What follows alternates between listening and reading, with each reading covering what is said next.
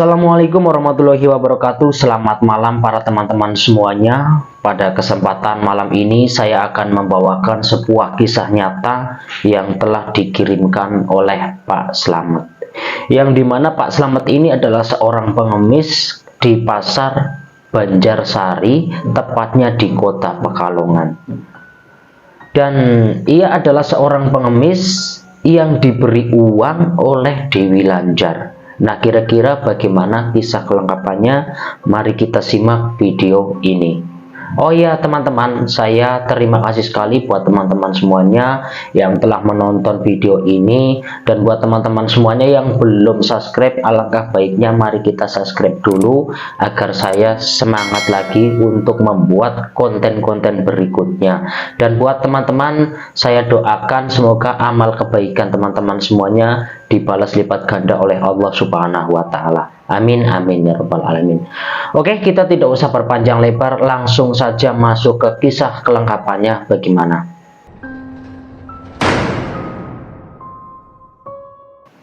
Jadi Pak Slamet ini telah bercerita mengenai tentang pengalaman hidupnya, yang dimana Pak Slamet ini adalah seorang pengemis pasar Banjarsari, tepatnya di kota Pekalongan. Pak Slamet ini memiliki keluarga, yaitu mempunyai istri bernama Ibu Siti dan mempunyai anak sematawayang yang bernama Rian. Dan Pak Slamet tinggal di suatu tempat, yaitu salah satu kontrakan yang lumayan sempit, yang dimana kontrakan itu temboknya sudah retak, bahkan jika hujan air dari atap itu sering bocor ke tempat ruangannya Pak Slamet beristirahat. Nah, dari situ sebetulnya Pak Slamet itu melihat anak dan istrinya itu merasa sangat bagaimana begitu. Karena jika hujan itu mereka berdua itu sering nangis. Dan bahkan Pak Slamet ini jadi punya perasaan yang bagaimana ya, sebagai seorang suami itu kok tidak bisa membahagiakan istri dan anaknya. Itu menurut Pak Slamet. Dari situ Pak Slamet itu mulai mencari pekerjaan, dari tukang nyangkul, dari apa segalanya, tapi ternyata Pak Slamet dikira tidak bisa bertani. Dan akhirnya Pak Slamet ini bingung mau mencari pekerjaan apa, sedangkan istri dan anaknya harus makan setiap harinya, termasuk Pak Slamet. Dari situ menurut Pak Slamet, istrinya Pak Slamet juga sama memiliki pekerjaan mencari sampah. Dan Pak Slamet sendiri sebagai pengemis. Dari situ Pak Slamet juga sering sekali membantu para nelayan yang berada di pasar Banjarsari, sering menurunkan ikan, mengangkat ikan ke lokasi-lokasi yang dibutuhkan oleh para penelayan tersebut. Di situ terkadang Pak Slamet itu dibalas kebaikannya oleh para nelayan tersebut. Pak Slamet itu sering dikasih makanan, kadang dikasih uang. Ya, hidup pahitnya Pak Slamet itu memang sudah dialami oleh Pak Slamet. Bahkan Pak Slamet ini sering pulang tidak membawa apa-apa. Yang ditunggu-tunggu oleh istrinya dikira membawa uang, membawa makanan, ternyata Pak Slamet sering tidak mendapatkan apa-apa. Pada malam itu Pak Slamet itu tidak tahu kalau malam tersebut adalah malam Jumat Kliwon, dan Pak Slamet berjalan tanpa tujuan. Pada waktu itu Pak Slamet terus berjalan, tiba-tiba setelah Pak Slamet betul-betul merasa capek, akhirnya Pak Slamet pun berhenti. Ternyata tidak lama setelah Pak Slamet itu berhenti, Pak Slamet itu sudah berada di pesisir pantai utara, yaitu lokasi tempatnya Dewi Lanjar. Dari situ Pak Slamet itu duduk dan memurung atau mencurahkan kata-kata yang ada di dalam hati. Menurut Pak Slamet akhirnya itu merunduk. Ya Allah, kenapa nasib saya itu seperti ini? Kenapa saya tidak pernah merasakan kebahagiaan yang betul-betul seperti orang lain alami? Kenapa nasib saya, nasib keluarga saya kok separah ini? Apa dosa saya, apa yang saya lakukan? Padahal saya ini betul-betul jujur dan lurus dengan apa adanya. Kenapa saya kok nasibnya seperti ini amat? Pada waktu itu Pak Slamet itu setelah mengeluh, tiba-tiba Pak Slamet itu menangis, meneteskan air mata sambil meratapi nasibnya. Pak Slamet tidak tahu, setelah Pak Slamet itu mendangak, tiba-tiba Pak Slamet itu kaget. Di depan Pak Slamet itu ternyata ada seorang wanita yang sedang memperhatikan Pak Slamet itu sedang merenung, bahwa wanita itu memakai baju serba berpakaian hijau. Bahkan ia menatap Pak Slamet. Pak Slamet pada waktu itu kaget. Loh, ini siapa kok tiba-tiba ada di depan saya? Itu dalam perasaannya Pak Slamet. Ketika Pak Slamet itu mengucapkan rasa itu di dalam hati, wanita tersebut langsung senyum tipis. Aku tahu, Pak, apa yang kamu rasakan. Dari itulah aku memang mendatangi Bapak dan sengaja menyuruh pikiran Bapak untuk datang ke sini. Dari situlah makanya saya sengaja mendatangkan Bapak untuk ke lokasi ini, yaitu tempat saya. Saya tahu, Pak, Bapak itu orang jujur. Perilaku Bapak itu orang baik. Bahkan Bapak itu orang yang sangat bertanggung jawab terhadap keluarganya, termasuk anaknya. Jadi saya ada hadiah buat Bapak. Jika Bapak mau itu, pergunakan hadiah dari saya sebaik mungkin. Pada waktu itu Pak Slamet ini kaget, dia siapa, dari mana asal usulnya tiba-tiba ada di depan Pak Slamet. Pak Slamet itu ini orang mimpi atau nyata? Tiba-tiba Pak Slamet itu mencubit tangan kirinya sendiri Pak Slamet. Ternyata terasa sakit, ini bukan mimpi, ternyata ini betul-betul nyata. Pada waktu itu Pak Slamet langsung mengucapkan kata, mohon maaf Mbak, Mbak ini dari mana dan nama Mbak siapa? Pada waktu itu Pak Slamet itu kagum dengan kecantikannya wanita tersebut, betul-betul cantik. Dan pada waktu malam itu juga wanita tersebut ditanya oleh Pak Slamet itu sama sekali tidak menjawab, justru malah senyum. Lalu wanita tersebut mengulurkan tangannya, yang ternyata tangan tersebut membawa uang yang sangat banyak, lalu dikasih sama Pak Slamet. Pak Slamet langsung bersujud syukur terhadap wanita tersebut, berterima kasih pada wanita itu. Tidak lama kemudian wanita itu ngomong sama Pak Slamet, Pak, pergunakan uang ini sebaik mungkin. Jika Bapak menggunakannya itu dengan cara yang baik, maka Bapak akan mendapatkan keberuntungan yang lebih baik dari sebelumnya. Tetapi jika Bapak menggunakan uang ini tidak dengan cara yang baik, maka Bapak pun akan mendapatkan dengan cara yang tidak baik. Dari situlah Bapak harus gunakan uang ini dengan yang baik. Pada waktu itu Pak Slamet itu berniat mau berterima kasih. Pada itu waktu itu sujud Pak Slamet, karena tidak pernah melihat uang yang sebanyak itu diberikan ke Pak Slamet. Ketika Pak Slamet mendangak kembali mau berterima kasih dengan wanita tersebut, tidak lama kemudian wanita itu berjalan menuju pantai. Ketika Pak Slamet memandang, terus memandang, lama-lama kelamaan wanita itu menghilang di pinggiran pantai tersebut. Pak Slamet pun seperti orang mimpi. Pak Slamet sangat memikirkan aslinya wanita itu siapa. Nah, pada malam itu juga Pak Slamet pulang dengan senyuman yang sangat lebar. Pada malam itu ketika Pak Slamet itu pulang ke rumah, istrinya memang sudah tidur bersama anaknya. Tapi Pak Slamet ini sudah merasa sangat senang karena Pak Slamet tidak pernah membawa uang sebanyak itu.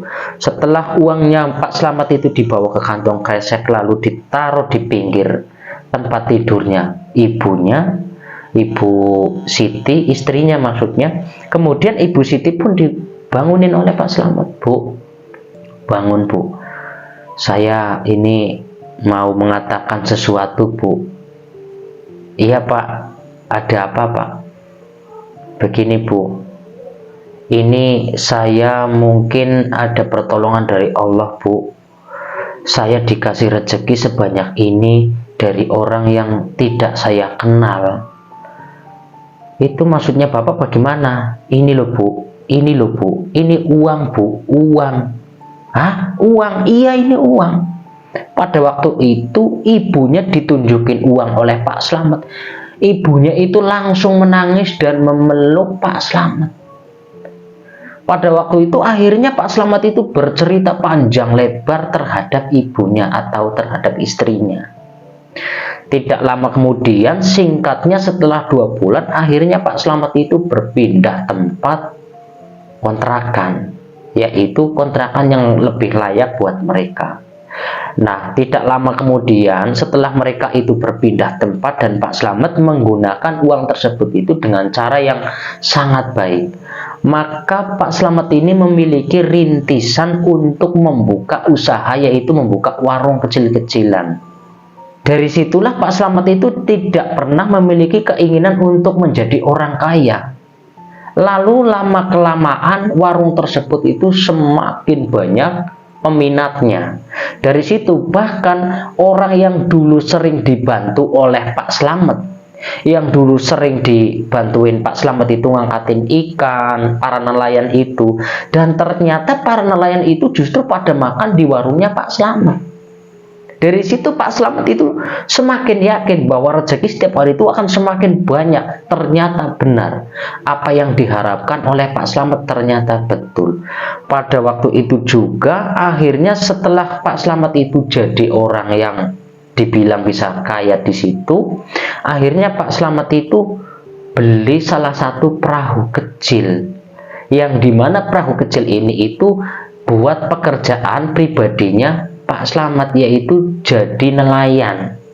Dan akhirnya Pak Slamet ini mencari ikan. Pak Slamet tidak pernah mendapatkan yang namanya ikan sebanyak itu, dan Pak Slamet baru ngalamin, karena Pak Slamet itu baru ngalamin yang namanya orang menjala atau mencari ikan. Nah, singkatnya tidak lama kemudian para nelayan pun pada makan di tempatnya Ibu Siti. Setelah kepulangannya Pak Slamet, pada waktu itu Pak Slamet itu sedang mengambil nasi untuk mereka yang sedang pada makan. Tapi karena mereka itu betul-betul kenal dengan Pak Slamet, betul-betul paham, sering ngobrol, lagi pada waktu susahnya Pak Slamet, bahkan mereka sering ngebantu, akhirnya Pak Slamet mengasih makanan ke mereka.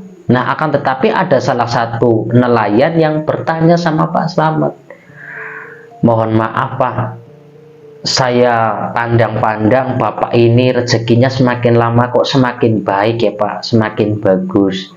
Memang kalau boleh saya tahu rahasianya apa Pak? Kok bisa menjadi orang sukses? Yang dulu jadi orang pengemis kok sekarang jadi orang sukses?